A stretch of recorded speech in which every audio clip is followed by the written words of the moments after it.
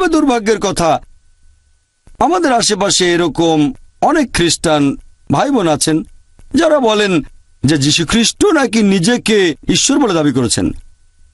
সত্যি বলতে যদি বাইবেল পড়েন, গোটা বাইবেলে একেবারে পরিষ্কার করে বলা এমন একটা অনুচ্ছেদও পাবেন না যেখানে যীশু খ্রিস্ট ভাই সাল্লাম নিজেই বলেছেন যে আমি ঈশ্বর বা তোমরা আমার উপাসনা করো।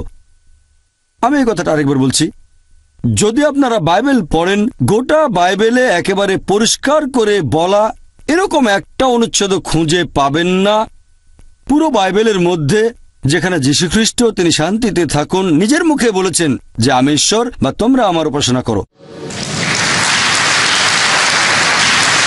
সত্যি বলতে যদি বাইবেল পড়েন, যীশু খ্রিস্ট তার নিজের মুখে বলেছেন, বাইবেলের গসপেল অফ জন অধ্যায় নম্বর 14 অনুচ্ছেদ 28, যীশু খ্রিস্ট ভাই সাল্লাম বলেছেন আমার পিতা আমার চেয়ে মহান। গসপেল অফ জন অধ্যায় 10 অনুচ্ছেদ 29, আমার পিতা সবার চেয়ে মহান। গসপেল অফ ম্যাথিউ অধ্যায় 12 অনুচ্ছেদ 28, আমি শয়তানকে তাড়িয়ে দেই ঈশ্বরের আত্মার সাহায্যে। গসপেল অফ লুক অধ্যায় 11 অনুচ্ছেদ 20, আমি ঈশ্বরের আঙ্গুলের সাহায্যে শয়তানকে তাড়িয়ে দিই। গসপেল অফ জন অধ্যায় 5 অনুচ্ছেদ 30, আমি আমার নিজের থেকে কিছুই করতে পারি না,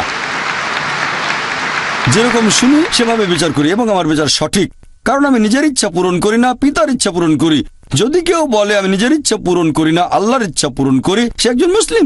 যীশু খ্রিস্ট তার নিজের মুখে বলেছেন আমি আমার নিজের থেকে কিছুই করতে পারি না, যেরকম শুনি সেভাবেই বিচার করি এবং আমার বিচার সঠিক, কারণ আমি নিজের ইচ্ছা পূরণ করি না, আল্লাহর ইচ্ছা পূরণ করি। যদি কেউ বলে যে আমি সর্বশক্তিমান আল্লাহর কাছে নিজের ইচ্ছাকে সমর্পণ করলাম, তাহলে আরবিতে আমরা তাকে বলে থাকি একজন মুসলিম। মুসলিম মানে সর্বশক্তিমান আল্লাহর কাছে আত্মসমর্পণ করা। এ ব্যাপারে আমি শুরুতেই বলেছি, তাহলে যীশু আলাইহিস সালাম ছিলেন একজন মুসলিম।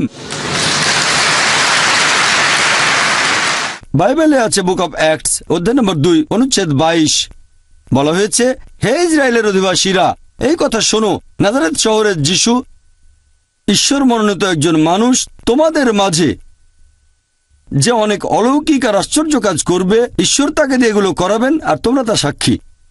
বলা হয়েছে নাজারেত শহরের যীশু ঈশ্বর মনোনীত একজন মানুষ, তোমাদের মাঝে যে অনেক অলৌকিক আর আশ্চর্য কাজ করবে, ঈশ্বর এগুলো তাকে দিয়ে করাবেন আর তোমরা তার সাক্ষী থাকবে। যীশু খ্রিস্ট কখনোই নিজেকে ঈশ্বর বলে দাবি করেননি। তিনি ছিলেন আল্লাহ সুবহানাহু ওয়া তাআলার অন্যতম প্রধান একজন নবী এবং রাসূল।